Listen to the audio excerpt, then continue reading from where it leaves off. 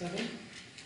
Usual caveats, this meeting will be filmed, but the camera will be trained on the executive rather than the audience, the vast audience, and anybody who is asking a question.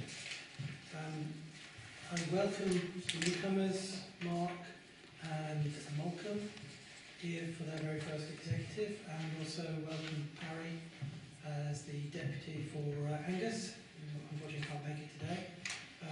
The usual thing is deputies are not allowed by our constitution to vote on any vote that we go through in today's meeting. So, without further ado, I'll start off. Apologies, any apologies? Chairman, I only have apologies from Councillor Ross. Okay, thank you.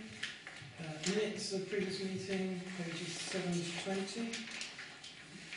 Do you have any corrections, modifications? Actually, it's 5.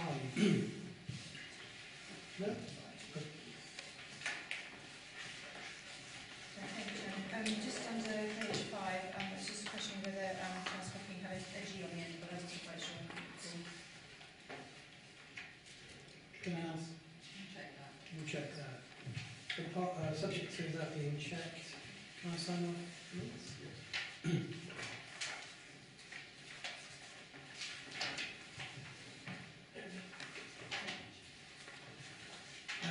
Any declarations of interest? I am a director of Optius, and the item of councillor companies I have a non-human interest. And I've got a personal interest in the item on council and companies business because my husband's a non-executive director of the BC Holdings. Moving on, public question time if there isn't. Any highlights of the evening? Prue, if you'd like to give us your member question. Thank you. Good evening, everybody. Anthony, good evening. There's a paragraph in every revenue monitoring report called Analysis of Issues, which is on page 29 of this agenda. It says, effective monitoring of budgets is an essential element of providing cost-effective services and enables any corrective action to be taken if required. Many of the budgets are activity-driven and can be volatile in nature.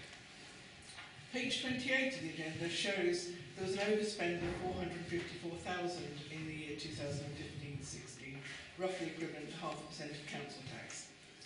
The situation worsened between January and the end of the financial year. Was this overspend because the monitoring you were carrying out was not effective, because you did not think corrective action was required? Thank you, Prue. Very nice to have a finance question for a change. Can you use the microphone, please? Sorry, am I not using the microphone? Right. No, it's not on. Oh, it is. It is a light on. No, okay, it is on, I think. Lights on. Ah. Okay. The council did, indeed, overspend by £454,000 last year, which is 0.2% of the gross expenditure of approximately 191 million. Although we don't like any overspends at all, and I get very cross, as my executive colleagues will know, it is important to recognise it is the first time we have overspent, and the numbers I was able to dig out go back to 2007-8. So I think I was appointed in 2007. So I think that's a pretty good track record, and I calculated at about 6.1 million underspend during that period. The situation worsened, as you referred to, from January, amounting to 77,000. And as you will see from the agenda on page 28, we have favourable variances in the Chief Executive Department of 185,000. We have adverse variance in children's of 106,000, and it's detailed underneath what that was on. We have health and well-being detailed 278, and we have favourable environment and finance. So the net figure is 77. This means that our accuracy of forecasting is very accurate because we are within 0.4% of gross expenditure. This shows that our monitoring is effective. Indeed, in the whole year of 2015, we were within 0.3% of the gross budget. Budget variances that revealed themselves in 2015-16 reveal the nature of the spending pressures we face, which are often uncontrollable. In particular, the additional high-cost children's care placements that we must make, and also find housing for increased levels of homelessness.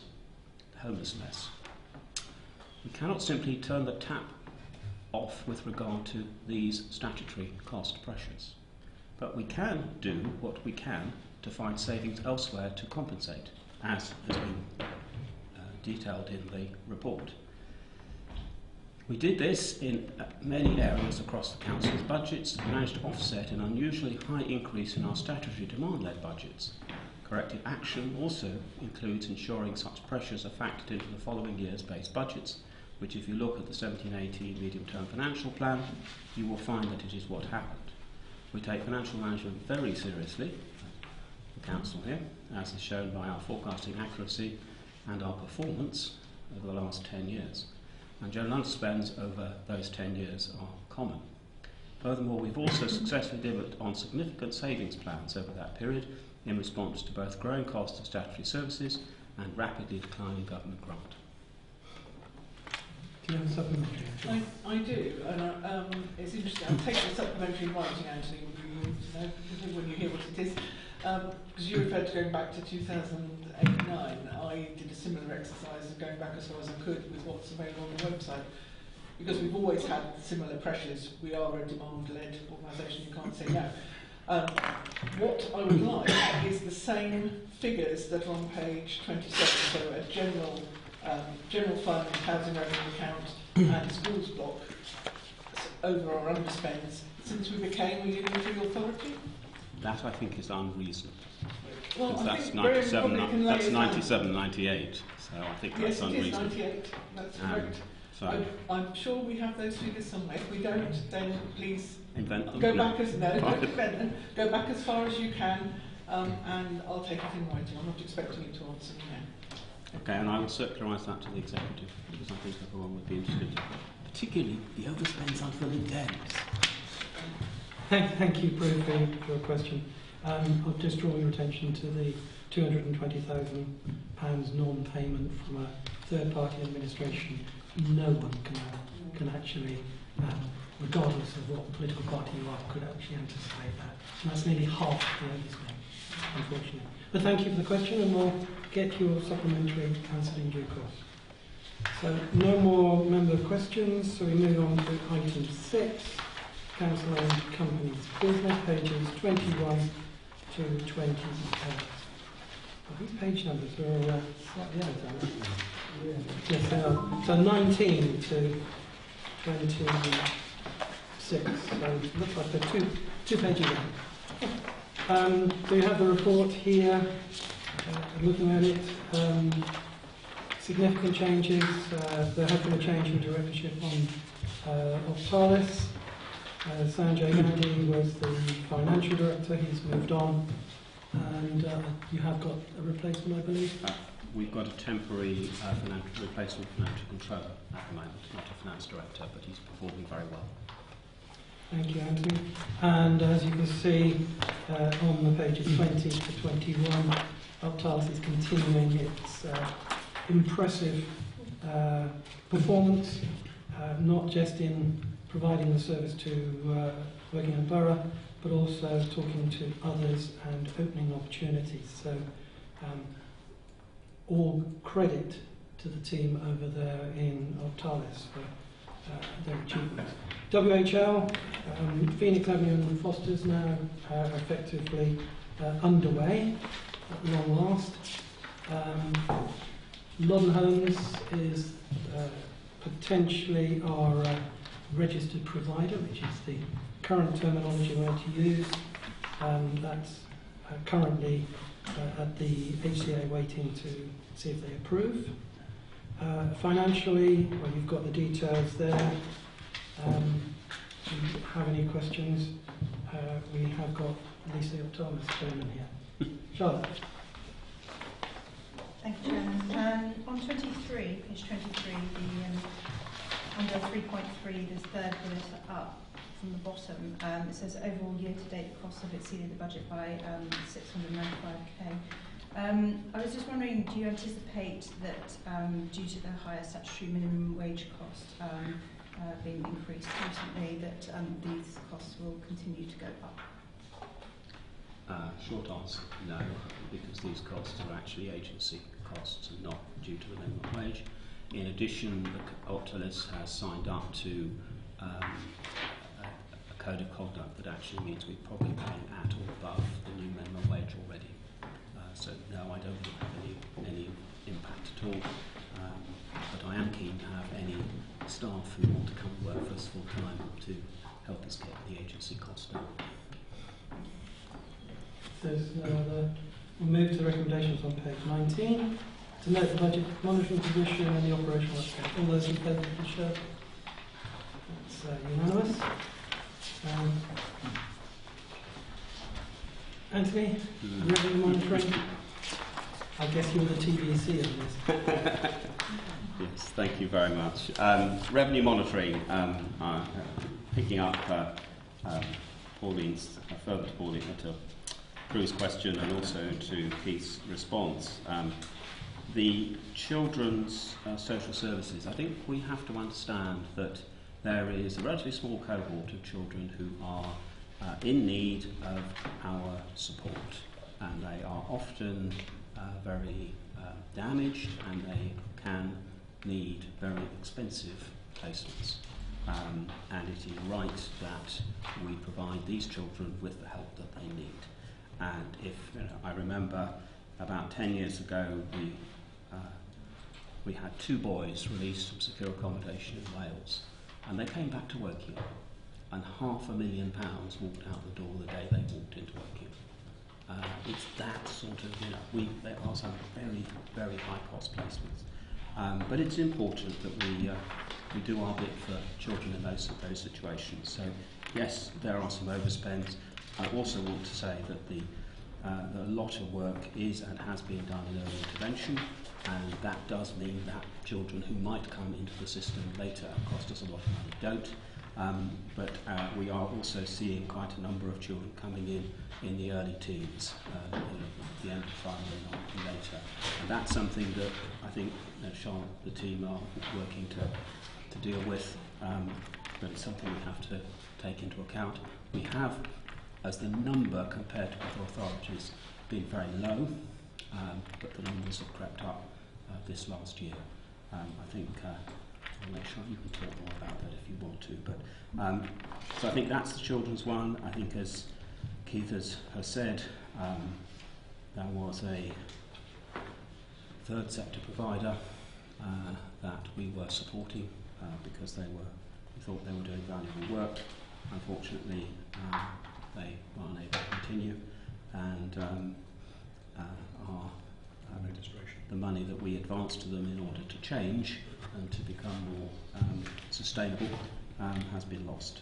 But if you take that out, and you've also got the issue of homelessness, again, something that it's very important that in a place like Wokingham we support people who are homeless, and we try and help them to get back on their feet. So I think those sorts of expenditures, dare I say, are what our £10 million worth of reserves are for, partly, is to support those. But that's no excuse for the departmental budget holders to continue overspending. So that's the other side of the question. So that, I think, is that side of the funds. The other bits of the budget, the revenue outturn has been not as good as I would like, and as I said earlier, we have a tradition of underspending. But as the budgets get tighter, government resources get less, we squeeze and squeeze and squeeze, and sometimes it becomes impossible to contain through savings elsewhere. But then we do have 10 million in reserves. I'm really pleased that the reserves are at that level, because I think it will help us over the next few years to take account of these sorts of unforeseen pressures. Schools housing revenue account is again in a good state, and I'm pleased to see that. The schools block grant again it looks good, but there are license deficits that we need to deal with, and our investment portfolio at the end of March is healthy. That reflects the fact of 106 payments and SIL payments that we receive, government grants that we receive in advance of starting work on major projects, and cross-references to the capital programme, which you have all seen elsewhere. But I'll take any questions. Thank you, Chair. Do we have any questions? Okay. Can I just ask you to say a little bit about the carry forward request, because that's one of the recommendations. Yes, sir. Every year we have expenditure which was budgeted for a particular activity which either hasn't completed or in some cases hasn't started, but that the activity is still important and necessary to undertake. And therefore, as you can see, looking down, there is an investor save in connection with Dinton Pastures.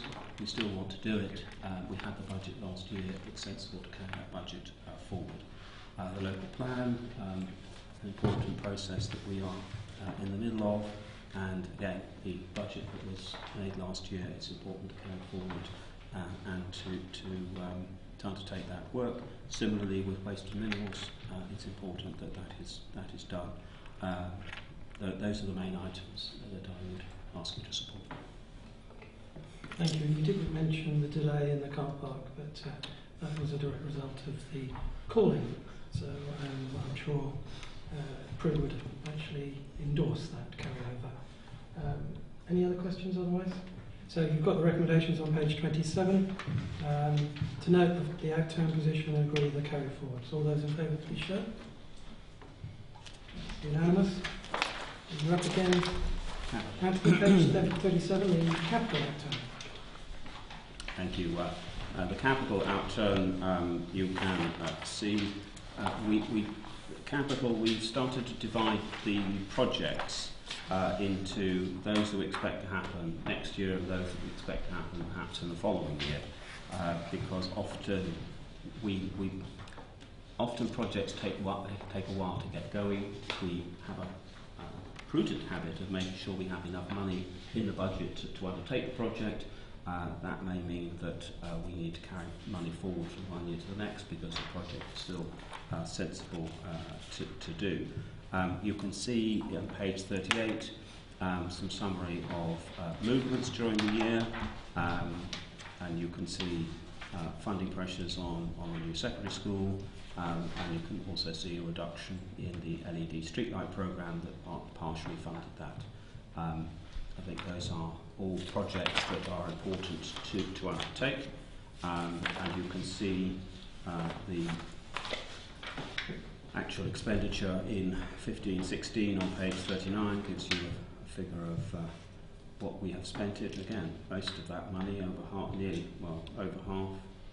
about half is spent on schools. Many considerable school pressures that we have with increased numbers of children, and the SDLs means that we have to invest in new schools. Also, you've got a significant amount of money there in social housing, and also in highway maintenance and bridges. Also, Copper Beach roundabout improvement, and nearly £1 million on cycle lane infrastructure. You can see in the capital outturn detailed report, some of the similar numbers are repeated, but they are also analysed by service. The main underspend is health and well-being. We do our best. But I suspect that relates to a specific project that will come back at some point because it is necessary, and we will no doubt look favourably upon it at the time it comes back. Remember those words. No. But I'll take any questions. Do we have any questions? Pauline first. Thank you, Anthony. There's quite a lot in page 39 on highways, and there's 3 different items. I just wonder if you could explain the difference between road highways infrastructure improvement scheme and highways and maintenance, which is the 2.5 million and the 817,000. All right, that one. I suspect, though, that the highway maintenance is traditional maintenance, and the roadways and infrastructure improvement is where we make a junction better, put some lights in, new roundabout, things like that. They're specific projects that are linked to improvements in traffic movement. I think that would be it. Charlotte? I'm sorry, I didn't I'm sorry, I think you're right, I think it is. So you can actually do highways and maintenance is sort of like road repairs, potholes, etc. Resurfacing, that sort of thing. Yeah. Whereas you could track back infrastructure improvement schemes to, for instance, the famous roundabout at Nazareth. Wow. Which does seem to have worked. Well, that was done with a big high four-wheeler to go up and over. No, that comes back. Mm-hmm. Okay, so if there isn't any other questions, I'll move to the recommendations on page 37 to note the capital act term and to approve the code laws. All those in favour, please show. That's unanimous. So moving on to page 51, continuation of shared legal service. That's you, Pauline. I'd like to bring to you the recommendation to continue the shared legal services for another 5 years. As you know, it's a shared legal services between Wokingham Borough and the Royal Borough of Windsor and Maidenhead. It saves us quite considerable amounts of money on our legal fees, somewhere between 25 and 50%, depending on which particular fees you look at.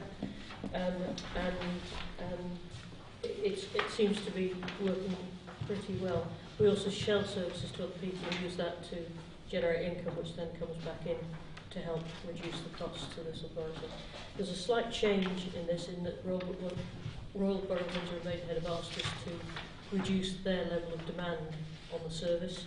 That will reduce the size of the service overall, but Windsor and Maidenhead are picking up the costs of that change in demand. And the contract that we've got protects us from any changes in demand from any parties. And I think it's a pretty good contract, and I'd like to continue it. Thank you, Pauline. Any questions? I think this is the big success factor of the shared service. It was one of the first, I think, and it definitely has not only yielded savings, but it's also, I believe, yielded better service as well.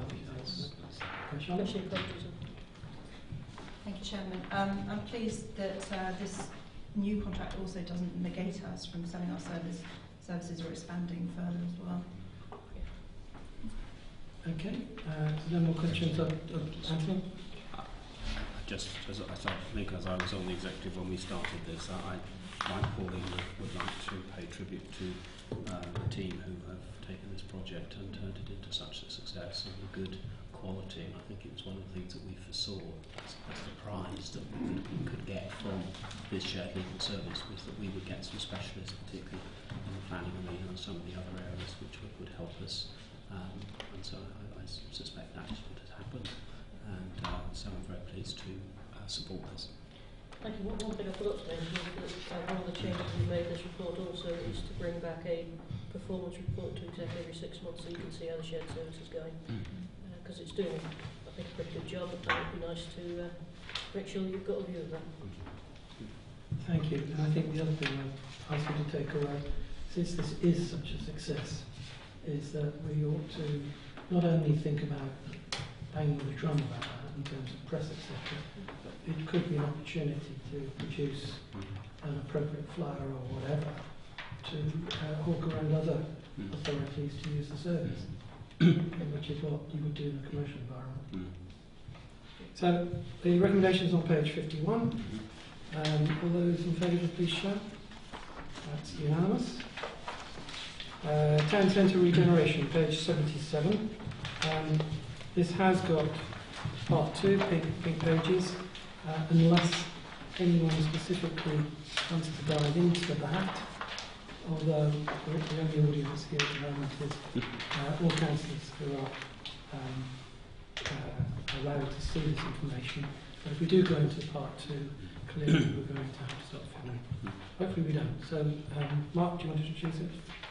Thank you, Chairman. I'm seeking approval to amend a previously agreed report. So on page 77, 1 and 2 of our recommendations have been previously agreed. I'm asking to allocate additional capital from the regeneration budget in line with the costs identified in part 2 of our report. And that's the top and the bottom of it. Julian? Yeah, thank you, Chairman. I raised this last time. Can you reassure me that even though we've got an upper limit, that it is anticipated that you won't need all that money? Because my concern is we thought we had a deal before at one price, and now the vendor has come back and said we want another price, which is exactly what I would do if I were them. But obviously we're the purchaser, with Anthony with his big stick out. We just want to make sure that we don't overpay. Yeah, thank you for that question. It's obviously very difficult to talk about the detail without going into part 2, and I'm happy to go there if we want to go there. But I'm absolutely convinced, having personally surveyed the property in question since taking over this portfolio, that this is part of the negotiation, and that the additional capital will give us the headroom and the confidence to get the best deal. I think I should go Julian's sentiments, but in addition, I think I want to support the principle, because I think it's part of the site assembly for Town Centre. Town Centre is a superb project we're undertaking. It has a tremendous future for working in town, and I think that we need to hold our nerve and to get on with it and to deliver it. And I think it's a very exciting project which we'll be very proud of. And I think this acquisition fits into that vision and that expectation. So I'd support it, but I would also like to echo Julian's case of please don't overspend. Actually, please get a discount. We work together. Yes. Pauline? I'd just like to follow up that with some previous information I think we've given. Was not only this is a beneficial project for working in town, but it also benefits quite significantly the rest of the borough. I just wonder if you'd like to expand on that. Is that something more for me to say? Do you want to expand, and then if I come back as well? Well, I'm happy to pass it over to you, and I'll endorse what you say. You know, go for it, and I'll back you up. I see this as part of financial sustainability of the borough, and that's why I think it's such an exciting project. We've been trying to do this for a long 20 years or something, by owning the land, by being a developer, we can do that. The lessons we learn from here, potentially we can apply elsewhere in the borough where the opportunities arise. And that could be exciting if the opportunities could come our way. I think the benefits to other parts of the borough would be better shopping facilities in Wokingham, which might attract people north of the Borough, they might not, but they have that option rather than flogging into the traffic into Reading. In addition, it will generate extra income, and that will have an impact on our costs and our revenues and our cost pressures, and dealing with more vulnerable cost pressures in our vulnerable services. And I think that's, to me, is the exciting piece, because the government making the decisions they do, being innovative, like through the Joint Legal Service, making some money for ourselves, getting other sources of income, of which this is just one, is the way we have to go. The one message I'd ask you, Mark, to take back is I think this is the end of the line. I don't expect another paper in 6 months' time asking for yet another. That's fair enough. So you've got the recommendations on page 77, 1, 2 and 3. All those in favour, please show. Thank you. That's unanimous. And I think that's the end of the meeting. Thank you all for... It's with the end.